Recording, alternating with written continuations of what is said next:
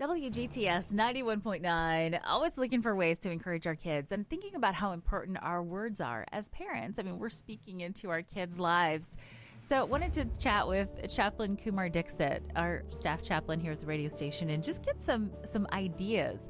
You know, those words that we can speak into their life. Do we actually need to say those words as parents to our kids? It's really true, Becky. You know, I have 3 kids of my own, and what I've discovered, you know, I've read dozens and dozens of books on child rearing and parenting, and what I figured out very quickly is that when you have 3 kids, you have to have 3 different approaches on because your kids are different, you know, and every child has a different kind of need, you know, and so very quickly I've learned that, you know, the way that you affirm your child is going to be very different, and but what's important is to affirm your child, is to look, what I like to say is look for what's right in your child's world, because there's so many things that they're doing well, and so often as parents, especially at the end of the day, you're so exhausted. You have so many other things, coming from work, and you have bills that you have to work on later in the evening, and then your kids are there, and you're just looking for what they're doing wrong rather than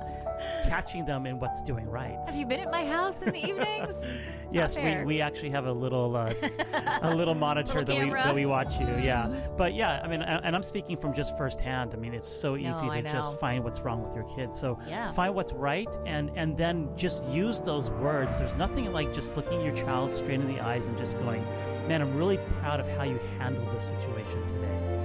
Sometimes, you know, we tend to not want to give our kids trophies because, you know, you don't want to be the helicopter parent to just give them awards for everything that they do right. Right. But, you know, there's nothing wrong with finding affirmation and giving it to your kids. I guess that kind of brings it around to sports. I've noticed when my kids lose, they're on the losing end of the game. What do you think they need to hear from us after they've lost that game? But you can tell they worked really hard at it. I know for me, I was never gifted with sports. For me, just the sheer fact that I would even show up was a big deal. Right. But like you said, we don't want to give them awards for doing nothing. So. Yeah, but I think one of the things we can learn is not to overpromise things that you can't really be in control of. Like, for example, a lot of times when your kids are upset because they did lose a game, you know, parents go, "Don't worry, you're going to do better next time. You guys are going to do amazing. Just work harder." Well, that may not be true.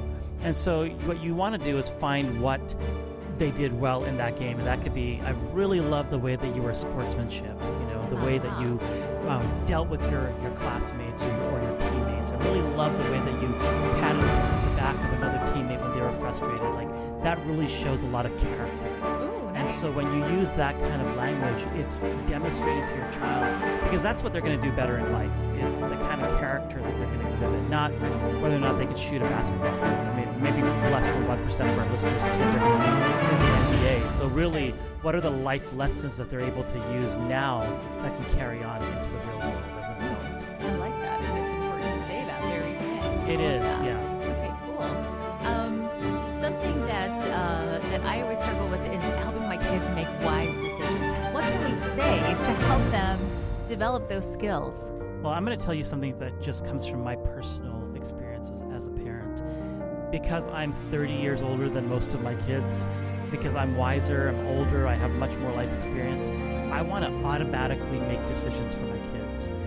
You know, my son will come to me and go, "Dad, what do I do? I'm having a hard time at school." And I want to give him an immediate reaction and tell him exactly what to do to solve his problem. Sure, how to fix it. That's right. And usually my answers are actually pretty good too.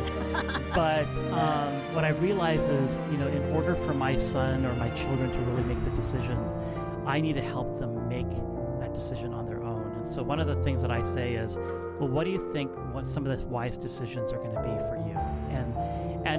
And make sure they realize their answer doesn't have to be the right one, but they need to come up with a few options to talk about with me. And in fact, I don't know why, but well, I do know why, but yesterday I wrote down on a piece of paper and had 5 questions for my child. And I said, I want you to fill out this form, because I wanted you to really think through how they're going to make a decision in their life. And so they had to actually process and write out what they were going to do and how it's going to affect other people around them. And then after they filled it out, we were able to talk about it. And I wouldn't do that for every decision, but you know, major decisions, sometimes you need to lay it out for your kids and say, here are 5 questions you need to think about. how are you going to deal with these, and how is it going to affect other people around you? And then finally, something that I think that I as a parent have trouble with sometimes actually saying to my kids is, I'm sorry, when I've made a mistake or I've messed up. That's something that, oh boy, I don't know if it's appropriate, but is it necessary for us as parents to say that to our kids sometimes? Our kids watch everything that we do. And in fact, if we don't accept failure in front of our kids are not going to learn how to be repentive or to be able to admit failure in their own life. They're looking to it to be demonstrated from their own parents. And so when we say we're sorry, when we say to our kids, hey, you know what, you're right, I did blow up tonight. I also lost my temper. I'm so sorry. Dad needs to do a better job, figuring out how to do it. It shows that our kids that we're not perfect. Let me give you an example. Just a couple of days ago, we were talking to a friend of ours who's a police officer, and my son told this friend of ours, my dad breaks the law all the time. And I was like looking at my son like he's crazy.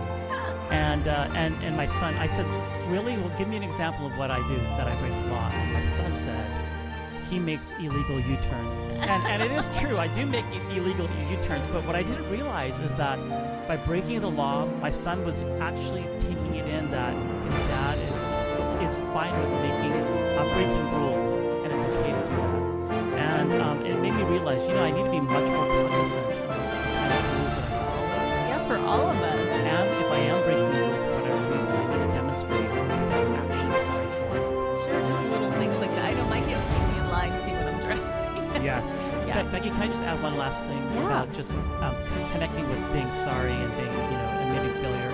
And I think the other most important thing is that you can never overly state how proud you are of your children. We're living in an age where kids are more anxious, more filled with fear. They have so much just peer pressure in their life. And I think, just as I said earlier, look for what's going well in your kid's life. You need to always remind your child how proud you are. And I think for me, one of my favorite Bible passages is when Jesus was baptized in the Jordan River. And as soon as he was baptized, we see this image of God the Father saying, "This is my son with whom I'm so proud of." And I would just say to parents, in the same way, just share those same words that God bestowed on his own son, how proud you are of your child, and look for things that you can be proud of. Oh, I love that. I'll be looking for some of those things tonight, making that list of things they do right. Awesome. That's awesome. Thank you. If you want to check out some more ideas too, you can check out our blog post for today in the Going Deeper section at WGTS919.com.